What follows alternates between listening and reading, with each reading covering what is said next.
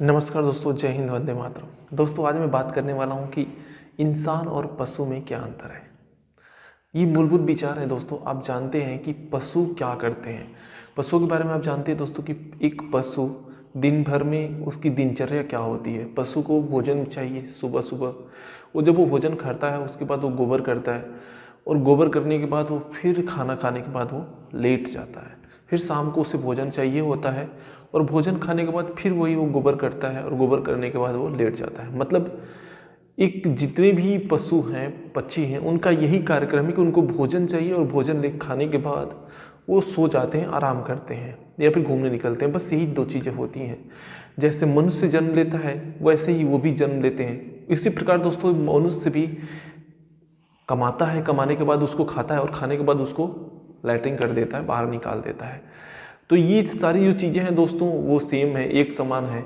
जैसे मनुष्य भी बच्चे पैदा करते हैं, पशु भी बच्चे पैदा करते हैं। तो ये जितनी भी प्रक्रिया है ये दोनों ही एक समान है। लेकिन एक चीज़ है जो मनुष्य को पशुओं से अलग करती है दोस्तों, वो है चिंतन। या दोस्तों, हमारे पास जो दिमाग का जो स्तर है वो पशुओं से बहुत ही ऊंचा है। हम बहुत सारी चीज़ों को नया बना सकते हैं। अच्छी चीज़ें क्या हैं, बुरी चीज़ें क्या हैं, इसके बारे में हम समझ सकते हैं, बात कर सकते हैं। और हम सबसे बड़ी जो चीज़ें होती है कि हम कल्पना कर सकते हैं कि आगे क्या हो सकता है, पीछे क्या करना चाहिए था। मतलब जो भी चीज़ें हैं उसके बारे में हम विचार करके उसको हम बना सकते हैं या फिर बिगाड़ सकते हैं। लेकिन ये पशु, उनके पास इतना दिमाग नहीं होता है, या पक्षियों के पास, कि वो करना क्या है, कैसे करना है। मतलब वो सारी चीज़ें वो नहीं समझ पाते। और सबसे बड़ी जो बात होती है दोस्तों कि इंसानों के पास सबसे बड़ी जो चीज़ होती है वो ये होती है कि इंसान मुक्त हो सकता है, क्योंकि हम अपनी सीमाओं में बंधे हुए हैं। ये शरीर एक सीमा है, और इस शरीर को पार करके, इस शरीर में 9 द्वार हैं, और 9 द्वार में आपका 5 इंद्रियां हैं। तो ये 9 द्वारों रूपी जो शरीर है, इसके द्वारा हम देखते हैं, सुनते हैं, समझते हैं। और वैसे ही पशु के पास भी है, उनके पास भी 9 द्वारों रूपी शरीर है, जिनके द्वारा वो देखते हैं, सुनते हैं, बात करते हैं, महसूस करते हैं, और फिर खाना खा के सो जाते हैं। और वैसे ही सेम यानी एक समान आदमी भी कार्य करता है और सो जाता है। लेकिन आदमी को एक चीज़ खास बनाती है, वो यही कि आदमी का जो दिमाग होता है पशु के मुकाबले बहुत ही ज़्यादा विकसित होता है। और सबसे बड़ी जो खासियत इंसान की ये होती है दोस्तों कि आदमी अपने आप को मुक्त कर सकता है इस जन्म कर्म के बंधन से। पुनरपि जन्मन पुनरपि मरणम, यानी बार बार जन्मना और बार बार मरना। ये जो प्रक्रिया है काफ़ी कष्टदायक है। जैसे आप कभी इंसान में जन्म लिए, फिर आगे चल के आप पशु का जन्म लिए, तो इंसान में जितनी आपको सुख सुविधाएं मिली उतनी सुख सुविधाएं आपको पशु में नहीं मिलेगी, कभी नहीं मिलेगी।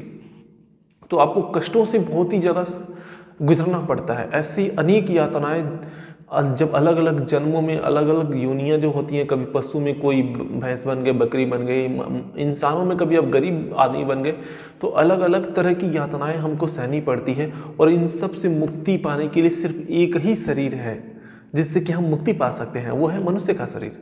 आप जानते हैं दोस्तों कि मनुष्य के शरीर से ही हम अपनी जो 9 द्वारों रूपी जो हमारी 5 इंद्रियां हैं, 9 द्वारों रूपी शरीर और 5 इंद्रियां, तो 5 इंद्रियों से परे जो मन है उसको काबू करके, यानी पहले हम इंद्रियों को काबू करें, फिर मन को काबू करें, मन के बाद बुद्धि को काबू करें, और बुद्धि को काबू करके हम अपनी आत्म स्वरूप, यानी हमारा जो स्वरूप है, जो कि हम हैं, क्योंकि हम एक चेतन है, हम जागृत अवस्था में रहते हैं हमेशा।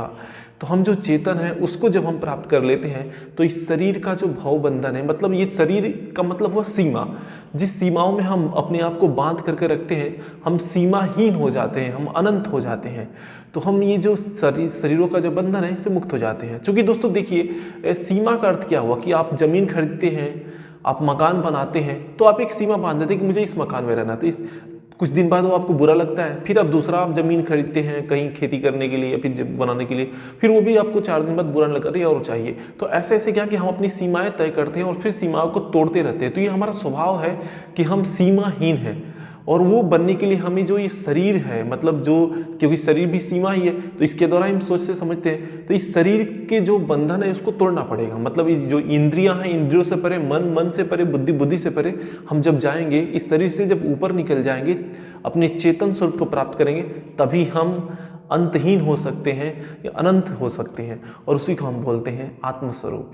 तो दोस्तों, ये जो खासियत है सिर्फ मनुष्य शरीर के द्वारा ही हो सकता है, ये पशु शरीर से या पक्षी स्वरूप से और भी जो योनियां है उससे नहीं हो सकता है, और यही खासियत हमें पशुओं से अलग करती है। तो दोस्तों, आपको जरूर इस वीडियो को सुन करके, देख करके अच्छा लगा होगा, और आपको कुछ न कुछ जरूर ज्ञान मिला होगा। अगर आपको ज्ञान मिला है, कुछ जानकारी अच्छी प्राप्त हुई है, तो चैनल को लाइक कर दीजिएगा, सब्सक्राइब कर दीजिएगा, इसे शेयर कर दीजिएगा अपने दोस्तों के साथ। जय हिंद।